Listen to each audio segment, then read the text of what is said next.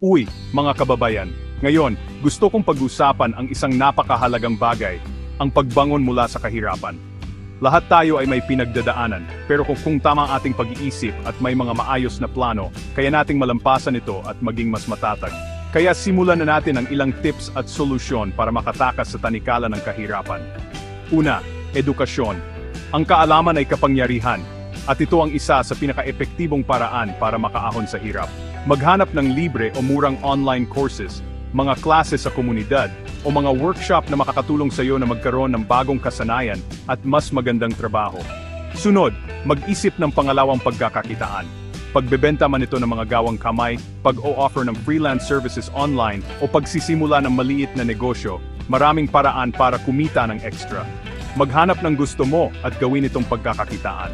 Ang pakikisalamuha ay mahalaga rin. Makipag-ugnayan sa mga tao sa iyong komunidad, dumalo sa mga lokal na kaganapan, at makipag-usap sa mga taong may parehong interes online.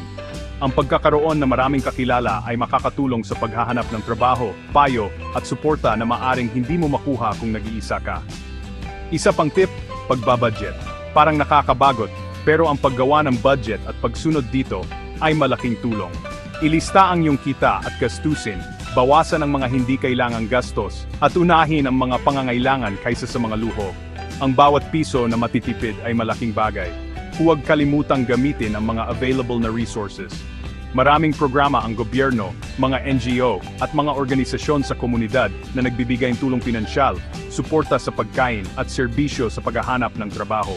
Huwag matakot na humingi ng tulong. Panghuli, manatiling positibo at patuloy na lumaban. Mahirap ang pagbangon mula sa kahirapan, pero kung determinado at matyaga ka, kaya mo ito.